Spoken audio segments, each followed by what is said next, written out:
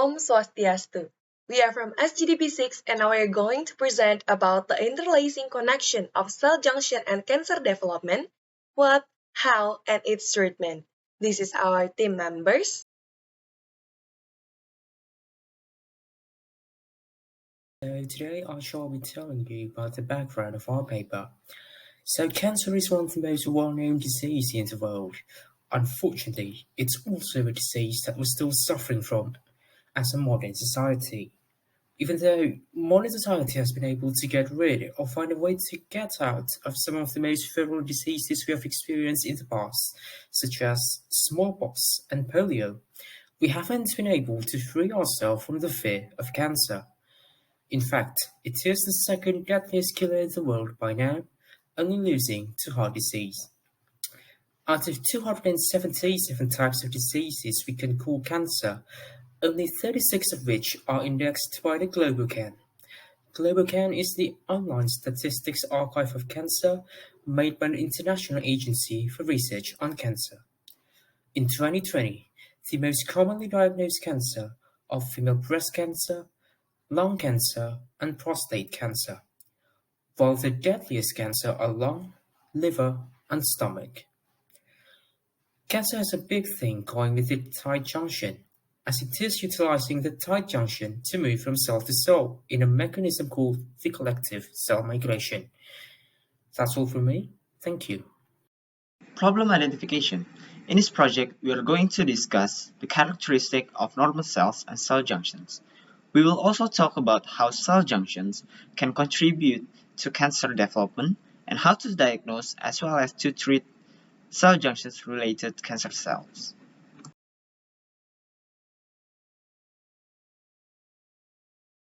In general, human cells are classified as eukaryotic cells, as they possess membrane-bound organelles. These organelles are responsible for the metabolic processes that happen in the cell in order to perform movement, gene expression, mitosis, meiosis, and others. In addition, there are also other structures that may help to maintain the cell's survival. For instance, cell membrane that is made out of phospholipid bilayer, proteins, and receptors serve as a guard to make sure which substances could enter or exit. Next is the cytoplasm, which is used as the reservoir of organic and inorganic molecules. Another important structure would be the cytoskeleton. This structure is important to maintain the structure of the cell and responsible for the movement of the cell, including cell migration, division, and to retain cell adhesion by supporting the cell junctions. These structures mentioned before accommodates the other internal organelles such as the nucleus, endoplasmic reticulum, mitochondria, Golgi body, and others. Next, we're going to talk about the general overview of cell junctions. Cell junctions are structurally and biochemically distinct areas of the plasma membrane that allow adjacent cells to interact in a specific way. Cell junctions connect cells in tissues and control tissue homeostasis in critical cellular processes such as tissue barrier function, cell proliferation, and migration. Cell junctions are classified into three functional types: anchoring junctions, occluding junctions, and communicating junctions. Anchoring junctions. Anchoring junctions located near the apical portion of two adjacent cells just behind the tight junctions hold epithelial and endothelial sheets together. Adherence junctions, the primary anchoring junctions protein complexes, are formed by transmembrane adhesion proteins cadherins. Similar to adherence junctions, desmosomes are adhesive intercellular junctions that connect intermediate filament to the cytoskeleton. Hemidesmosome and focal adhesion play a role in a cell's interaction with the extracellular matrix. Although both junctions use integrins, hemidesmosome deal with intermediate filaments, whereas focal adhesion connect to the actin. Occluding junction. Tight junctions, also known as occluding junction and zonula occludens, are multimolecular composites found at the apical site of the junctional complexes that connect epithelial cells. Their primary function is to generate cell polarity, control paracellular transport, provide signaling input for a wide range of cellular events, and maintain differences in the lipid and protein composition between the apical and basolateral domains of the plasma membrane. Tight junctions are made up of transmembrane proteins called occludin, claudins, and JAMs. Communicating junction. Communicating junction or gap junctions are plasma membrane domains with intercellular channel arrays that allow the direct transfers of ions and small molecules between cells. In vertebrates, gap junction channels are formed by a family of transmembrane proteins known as connexins, which have 20 members in humans. Next, we are going to talk about the general overview of cancer. Cancer is a group of diseases that is caused by abnormal cells that divide uncontrollably and spread to other parts of the body. It is the second leading cause of death worldwide, with about 10 million deaths per year. And the most common types of cancer are breast, lung, colon, rectum, and prostate cancers. They are caused by mutations in the genes that control cell division in the body. And these mutations can be inherited but can also occur after birth through radiation, smoking, and carcinogens. As of today, there is no known cure for cancer, but chemotherapy and surgery can help shrink it or stop its progression. And there are 4 stages of cancer based on how large the tumor is and how much it has spread to its surrounding tissues. Stage 1 is the most mild stage, and stage 4 is the most chronic stage. Cancers originate from tumors, which are a group of cells that divide uncontrollably in a certain area of the body, creating a mass. They are caused by an error in the regulation of cell division. For example, the overexpression of an oncogene or the inactivation of a tumor suppressor gene in a cell may lead to abnormal cell division. Tumors could be benign, which are non-cancerous, or malignant, which are cancerous. Malignant tumors have the ability to metastasize to its surrounding tissues and distant body sites, making them resistant to localized treatment. Types of tumors are carcinomas, which are the most common. They are malignancies in the epithelial cells. Sarcomas, they proliferate from the muscles, cartilage, bone, and other connective tissues. Leukemias, they arise in the blood cells, or better known as blood cancer. And the last one is lymphomas, which arise in the immune system, or is better known as the cancer of the lymphatic system. In the topic of cell junction and cancer development, we will talk about 3 things. Firstly, we're going to talk about type 3 EMT and cadherin switching, and then we're going to talk about type junctions in cancer development, and lastly, we're going to talk about desmosomes and cancer development. Okay, so what does EMT stand for? EMT stands for epithelial mesenchymal transition, which is a biological process involved in embryogenesis and healing. It could also be characterized by changes in cell-cell adhesion, gene expression, and a subsequent loss of adhesion. It also has some changes in cellular polarity and shape, and of course increase in mobility. So EMT is regarded as a reversible process, with mesenchymal epithelial transition, or MET, being its integral complement to these EMT program in embryogenesis and healing. So there are 3 main types of EMT. Type 1 is associated with migration of neural crest cells and gastrulation. Type 2 is associated with adult wound healing and tissue regeneration processes. And then lastly, the type 3 is actually involved in metastasis and progression of tumors. So you could say it occurs during a pathological process. So we could all conclude that the type 1 and type 2 is a highly regulated process of EMT, and then the type 3 is the highly deregulated process. So EMT could actually prevent tumor metastasis by maintaining their form and their polarity. Though it has that ability, and inevitably, junction gene dysregulation could happen, and it could cause the epithelium to lose its ability to adhere with one another, and it could not maintain its apico-basal polarity. So, for example, desmosomes, adherent and tight junction genes are downregulated as a result of abnormal expression in main transcription factors implicated in EMT, which leads to high mobile migrating cells with a high propensity for invasion. This is one of the things that characterizes a tumor or cancer cells. Now we're going to talk about the cadherin switching. First of all, what is cadherin switching? So, cadherin switching is a process of upregulation of N-cadherin because the downregulation of E-cadherin. So, the N-cadherin junctions establishes weak adherent junctions, whereas the E-cadherin disassociates due to the upregulation of N-cadherins as mentioned before. So after this E-cadherin is lost, Beta-catenin will activate signal pathways, as you can see in the slide.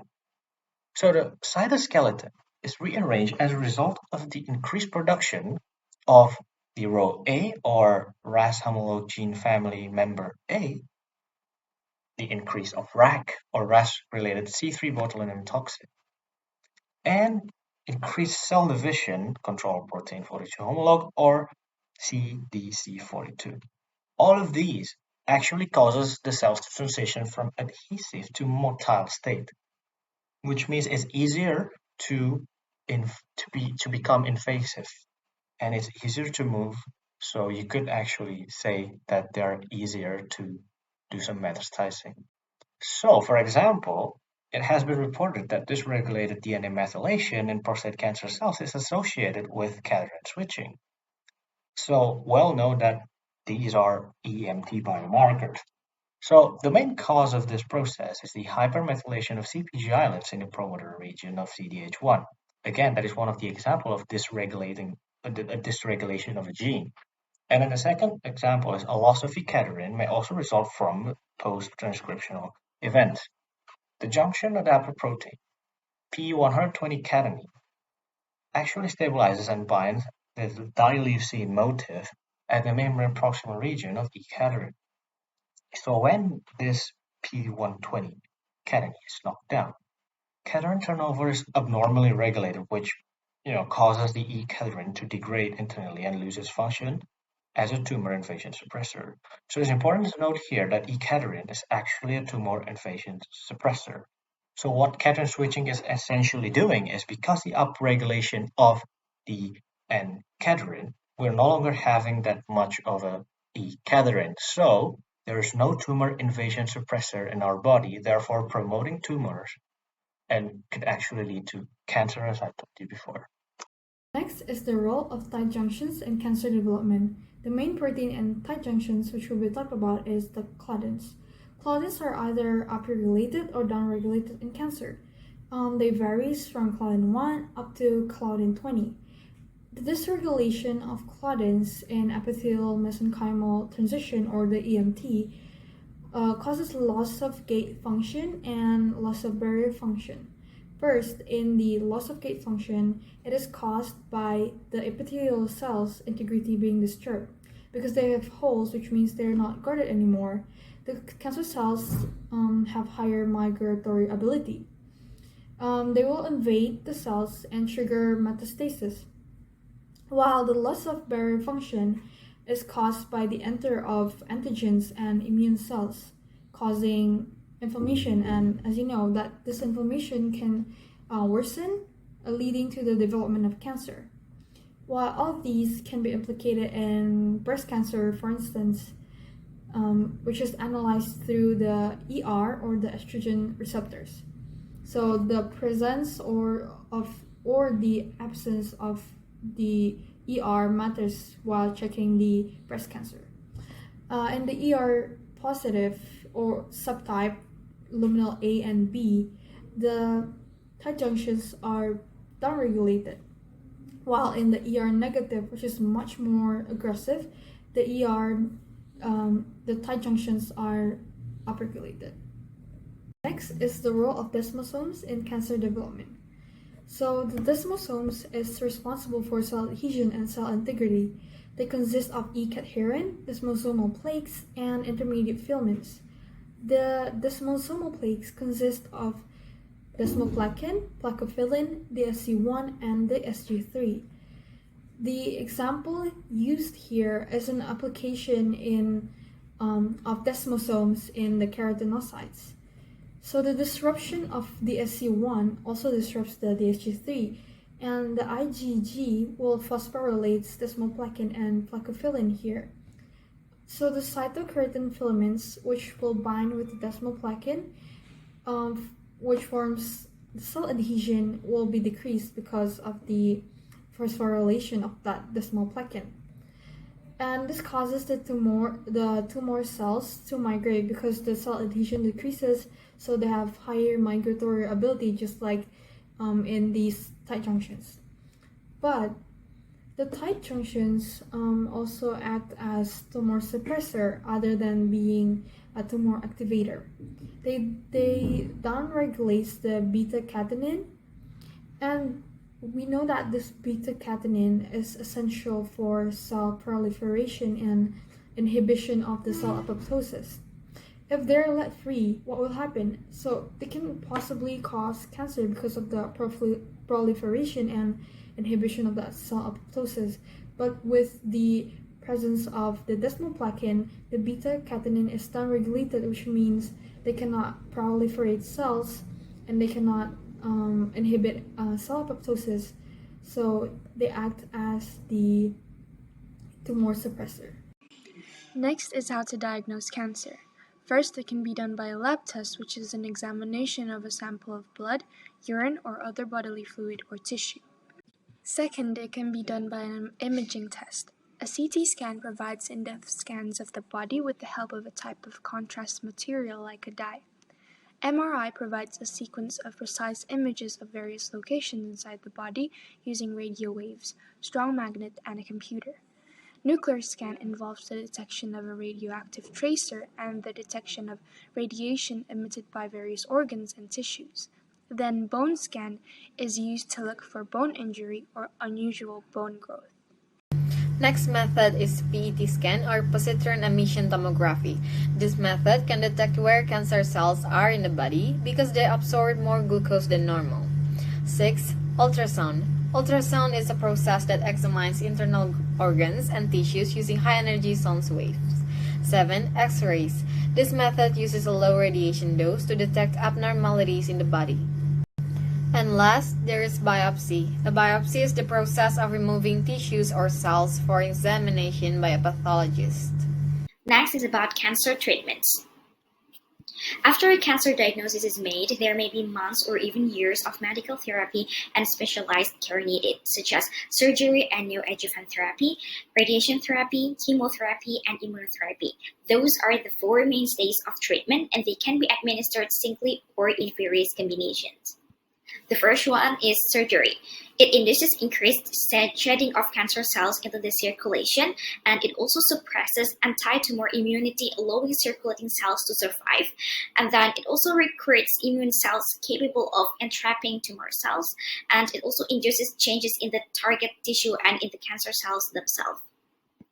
There is also a therapeutic methods before doing the surgery, referred to neoadjuvant therapy, and its goal is to decrease the tumor volume. The next treatment is chemotherapy.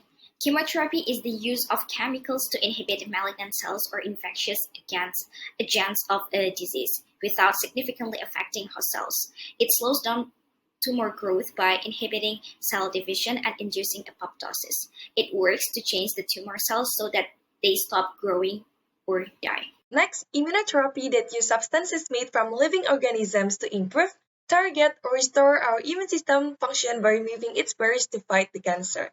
There are immune checkpoints, T-cell transfer therapy, monoclonal antibodies, treatment vaccines, and immune system modulators. Next, radiotherapy to reduce tumor size and damage cancer cells' DNA, which will kill them or slow their growth by intense radiation doses. It can also be combined with surgery. Before the surgery, it can reduce the size of the cancer, so it has a lower chance of coming back. During the surgery, it can bypass the skin and go right to the cancer. And after the surgery, it can destroy any cancer cells left over. Conclusion. Cancer has a well-known reputation for being one of the deadliest diseases in the world. According to the data, cancer attribution to worldwide deaths makes it the world's second deadliest disease, only to cardiovascular disease.